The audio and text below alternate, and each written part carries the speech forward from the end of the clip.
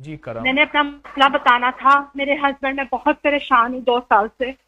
मेरे हस्बैंड का एक लड़की के साथ, मेरी मेरी शादी को 29 साल हो गए हैं। मैं 29 साल से कंप्रोमाइज कर रही थी। तो अब आके, शुरू से ही वो ऐसे ही रहे हैं, लेकिन अब आके 29, अब आके कोई 1.5 साल से उनका एक लड़की के साथ अफेयर चल रहा है। दिन रात पागल हुए हैं, फेस टाइम कर रहे हैं उसको, बच्चों को भी नहीं पूछ रहे। मेरे 4 बच्चे हैं। मेरी बेटी अपनी 28 साल की है और उसी की उम्र की लड़की के साथ अफेयर, और वो भी मैरिज लड़की है। उसके आगे से 2 बच्चे हैं जिनके साथ अफेयर चल रहा है इनका। मैं बहुत परेशान हूँ। मेरे घर का सारा माहौल जो है, मेरा बेटा 22 साल का है, वो बाप को दिन रात देखता है। कोई कुछ नहीं कर सकता, हम लोग मजबूर हैं। प्लीज मेरी मदद करें अच्छा अच्छा। किसी तरह भी, प्लीज। अच्छा आप ऐसा करिए। मेरी बेटी की कहीं शादी के लिए बात चल रही थी, लेकिन वो लोग सैटरडे को आने वाले थे। मेरी बेटी उस लड़के को भी पसंद करती है, लेकिन अब वो लोग मना कर रहे हैं। हर काम उल्टा हो रहा है मेरा, हर काम। मैं बहुत परेशान माँ हूँ। मुझे अपने स्वामी का भी इतना नहीं जितनी मुझे अपने बच्चों का है।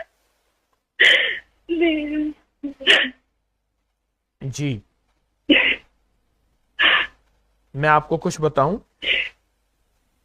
जी भाई प्लीज। अच्छा आप बोलेंगे या बोल लिया, या मैं आप बोलूं? आप बोले प्लीज। ठीक है। एक छोटा सा लफ्ज है, एक फरिश्ता है, उसका नाम है रिबाइल। हदीस में आता है कि ये मोमनों के दिलों में ठंडक डालता है, सुकून डालता है, चैन डालता है। कहीं कोई एंजाइटी, कोई स्ट्रेस, कोई टेंशन शौहर की तरफ से, औलाद की तरफ से, तो इसकी एक तस्बीह पढ़ ले, अल्लाहुम्मा बेहुरमत रिबाइल, अल्लाहुम्मा बेहुरमत रिबाइल। बस एक तस्बीह हर नमाज के बाद पढ़ ले, अवल आखिर 3 बार दरूद पाक के साथ। दूसरा ये है अल्लाहुम्मा बिस्मिका कहफ कितमीर। बस ये छोटा सा लफ्ज है, इसको आप सारा दिन पढ़ें।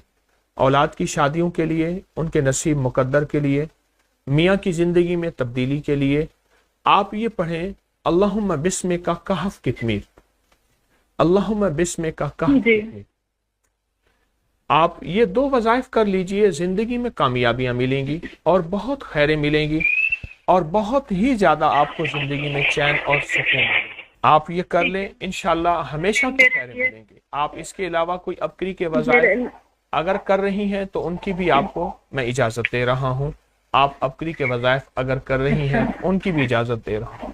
ठीक है, मैं इंशाल्लाह ताला, मैंने एक आपका सेव किया हुआ वजीफा, मैं वो पढ़ती हूँ, लेकिन खुला पढ़ती हूँ बस। देखिए मैं 1984 से प्रैक्टिस कर रहा हूँ, मुलाकातें कर रहा हूँ 84 से।